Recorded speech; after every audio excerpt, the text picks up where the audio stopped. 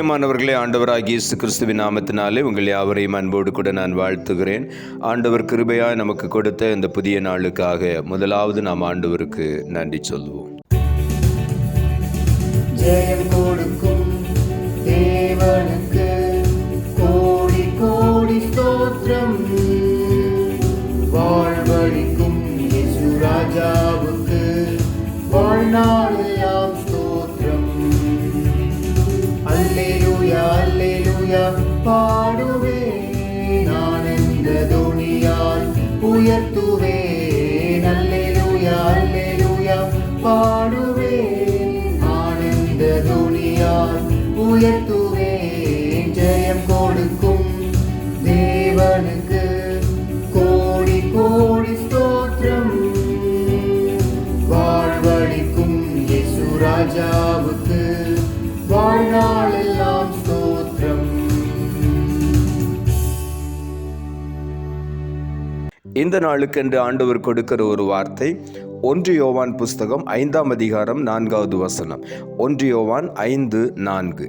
தேவனால் பிறப்பதெல்லாம் உலகத்தை ஜெயிக்கும், நம்முடைய விசுவாசமே உலகத்தை ஜெயிக்கிற ஜெயம். தேவனால் பிறப்பதெல்லாம் உலகத்தை ஜெயிக்கும். ஆண்டவர் நம்மை உலகத்தை ஜெயிக்கிறவர்களாக இந்த காலை வேளையிலே பலப்படுத்த விரும்புகிறார். நாம் ஒவ்வொருவரும் தேவனால் பிறந்தவர்கள், அவருடைய இரத்தத்தினாலே மறுபடியும் மீட்கப்பட்டவர்கள், மறுபடியும் பிறந்தவர்கள். ஆகவே நாம் உலகத்தை ஜெயிக்க பிறந்தவர்கள். நம்முடைய விசுவாசமே உலகத்தை ஜெயிக்கும். நாம் விசுவாசத்திலே இன்னும் பலனடைய வேண்டும் என்று ஆண்டவர் விரும்புகிறார். நாம் விசுவாசத்தினாலே அநேக வெற்றிகளை, ஜெயங்களை பெற்றுக்கொள்ள வேண்டும் என்று ஆண்டவர் விரும்புகிறார். 1 யோவான் 5ஆம் அதிகாரம் 1 வசனம் சொல்லுகிறது, இயேசுவானவரே கிறிஸ்து என்று விசுவாசிக்கிற எவனும் தேவனால் பிறந்திருக்கிறான். பிறப்பித்தவரிடத்தில் அன்பு கூறுகிற எவனும் அவரால் பிறப்பிக்கப்பட்டவரிடத்திலும் அன்பு கூறுகிறான் என்று வேதம் சொல்லுகிறது. நாம் ஒவ்வொருவரும் அவரால் பிறப்பிக்கப்பட்டவர்கள், அவருடைய இரத்தத்தினாலே மறுபடியும் பிறந்தவர்கள். ஆகவே நாம் விசுவாசிக்கும் பொழுது தேவன் நம்முடைய வாழ்க்கையில் அற்புதங்களை செய்கிறார். ஆகவே தான் வேதம் சொல்லுகிறது, இயேசுவானவரே கிறிஸ்து என்று விசுவாசிக்கிற எவனும் தேவனால் பிறந்திருக்கிறான். நாம் ஜெயிக்க பிறந்திருக்கிறோம். அதை இந்த காலை வேளையில ஆண்டவர் நம்முடைய வாழ்க்கையில உறுதிப்படுத்துகிறார். 1 யோவான் 3ஆம் அதிகாரம் 9ஆம் வசனம் சொல்லுகிறது, தேவனால் பிறந்த எவனும் பாவம் செய்ய மாட்டான், ஏனெனில் அவருடைய வித்து அவனுக்குள் தரித்திருக்கிறது. அவன் தேவனால் பிறந்தபடியினால் பாவம் செய்ய மாட்டான் என்று எழுதப்பட்டிருக்கிறது. தேவனால் பிறந்தவனிடத்திலே அவருடைய வித்து, வேத வசனமாகி வித்து அவனுக்குள் தரித்திருக்கிறது. அந்த வேத வசனம் அவனுக்குள்ளே நிலைத்திருக்கும் பொழுது அவன் பாவம் செய்ய மாட்டான் என்று வேதம் சொல்லுகிறது. இந்த காலை வேளையிலே ஆண்டவரால் நாம் பிறந்திருக்கிறபடியினாலே எல்லாவற்றிலும் நாம் ஜெயம் பெற்று வாழுவோம். 1 பேதுரு 1ஆம் அதிகாரம் 23ஆம் வசனம் சொல்லுகிறது, அழிவுள்ள வித்தினாலே அல்ல, என்றென்றைக்கும் நிற்கிறதும் ஜீவனுள்ளதுமான தேவ வசனமாகிய அழிவில்லாத வித்தினாலே மறுபடியும் ஜெனிப்பிக்கப்பட்டிருக்கிறீர்களே என்று இங்கு வேதம் சொல்லுகிறது.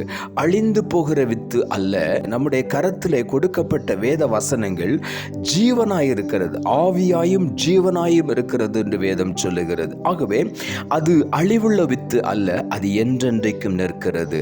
வேத வசனங்கள் ஒரு நாளும் அழிந்து போகாது.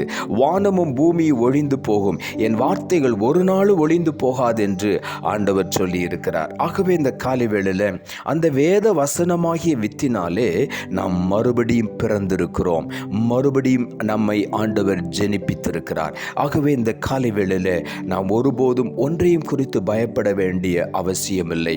நமக்கு வெற்றி கிடைக்குமோ, ஜெயம் கிடைக்குமோ என்று சொல்லி நாம் சந்தேகப்பட வேண்டிய அவசியமில்லை. ஆண்டவர் நமக்காக எல்லாவற்றையும் செய்து முடித்து விட்டார். ஆகவே நாம் ஆண்டவரை விசுவாசிக்கும் பொழுது நம்முடைய வாழ்க்கையில எல்லாமே ஜெயமாக முடியும். இந்த காலை வேளையில ஆண்டவரை முழுமையுமாய் நாம் விசுவாசிப்போம். எபிரேயர் புஸ்தகம் 12ஆம் அதிகாரம் 1 வசனம் சொல்லுகிறது, ஆகையால் மேகம் போன்ற இத்தனை திரளான சாட்சிகள் நம்மை சூழ்ந்து கொண்டிருக்க, பாரமான யாவற்றையும் நம்மை சுற்றி நெருங்கி நிற்கிற பாவத்தையும் தள்ளிவிட்டு விசுவாசத்தை துவக்குகிறவரும் முடிக்கிறவருமாகிய இயேசுவை நோக்கி நமக்கு நியமித்திருக்கிற ஓட்டத்திலே பொறுமையோடே ஓடக்கடவோம் என்று இங்கே எழுதப்பட்டிருக்கிறது. நாம் பொறுமையாய் ஆண்டவருடைய சமூகத்திலே காத்திருந்து பொறுமையோடு நம்முடைய வாழ்க்கையின் ஓட்டத்தை நாம் துவங்கும் பொழுது நிச்சயமாகவே விசுவாசத்தை துவக்குகிறவரும் விசுவாசத்தை நம்முடைய வாழ்க்கையிலே முடிக்கிறவருமாகிய இயேசு கிறிஸ்து நமக்கு முன்னாக சென்று கொண்டிருக்கிறார்.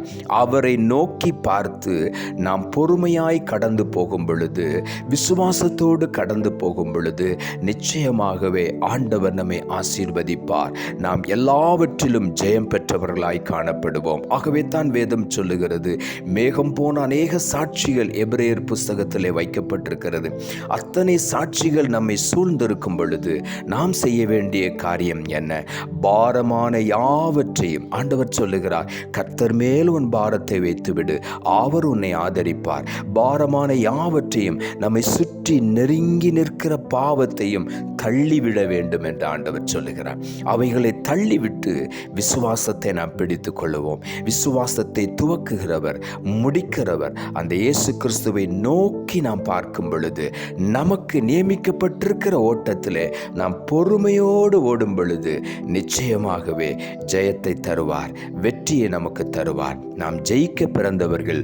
ஆகவே நாம் தோல்வியை குறித்து ஒரு நாளும் பயப்பட வேண்டாம். இந்த தோல்வியை நம்முடைய வாழ்க்கையில் இன்றைக்கு ஆண்டவர் ஜெயமாய் மாற்றி தருவார். ஒருவேளை இதுவரையிலும் நீங்கள் தோல்விகள் பலவற்றை நீங்கள் சந்தித்திருக்கலாம். ஆனால் இன்று முதல் எல்லாவற்றிலும் ஆண்டவர் முற்றிலும் உங்களை ஜெயம் பெற்றவர்களாய் மாற்றுவார். நாம் ஜெயிக்க பிறந்தவர்கள் என்பதை நாம் மனதில் எழுதி வைத்துக் கொள்ளுவோம். ஏனென்றால் நம்முடைய விசுவாசம் உலகத்தையே ஜெயிக்கிற ஜெயம் என்று ஆண்டவர் சொல்லியிருக்கிறார். ஆகவே விசுவாசிப்போம், அநேக ஜெயத்தை நாம் பெற்றுக்கொள்வோம். ஆண்டவருடைய நாமத்தை நாம் மகிமைப்படுத்துவோம். நாம் ஜெபிப்போம். அன்புள்ள ஆண்டவரே, நீ கிருபையாய் கொடுத்த இந்த நாளுக்காய் மறுபடியுமாய் உமக்கு நன்றி செலுத்துகிறோம்.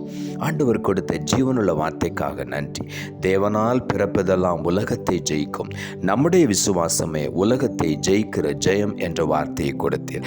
வசனத்தை கேட்டுக்கொண்டிருக்கிற ஒவ்வொருடைய வாழ்க்கையிலும் எந்தெந்த பகுதிகளிலே வாழ்க்கையிலே பல தோல்விகளை சந்தித்து சோர்ந்து போய் உட்கார்ந்திருக்கிற ஒவ்வொருவரையும் பார்த்து இந்த காலை வேளையில் ஆண்டவர் சொல்லுகிறேன், நீர் மறுபடியும் வார்த்தையினால் ஜனிப்பிக்கப்பட்டிருக்கிறாய். என்னுடைய இரத்தத்தினால் உன்னை நான் மீட்டிருக்கிறேன். நீ ஒருபோதும் தோல்வி அடைந்து போவதில்லை. உன்னுடைய தோல்விகளை எல்லாம் இன்றைக்கு நான் வெற்றியாய் மாற்றுவேன் என்று சொல்லி ஆண்டவர் சொல்லுகிறேன். நீ செய்ய வேண்டிய ஒரே ஒரு காரியம், நீ விசுவாசித்தால் போதும். இந்த காலை வேளையில் ஒவ்வொருவரும் விசுவாசத்தில் உறுதியாய் தரித்திருந்து நியமிக்கப்பட்டிருக்கிற வாழ்க்கையின் ஓட்டத்தில் பொறுமையோடு ஓடி முற்றிலுமான ஜெயத்தை பெற்றுக்கொள்ள நீர் உதவி செய்யும். தாழ்த்திவிட கரத்தில் ஒப்புக் கொடுக்கிறோம். இரட்சகர் இயேசுவின் நாமத்தில் ஜெபிக்கிறோம் நல்ல பிதாவே, ஆமென்.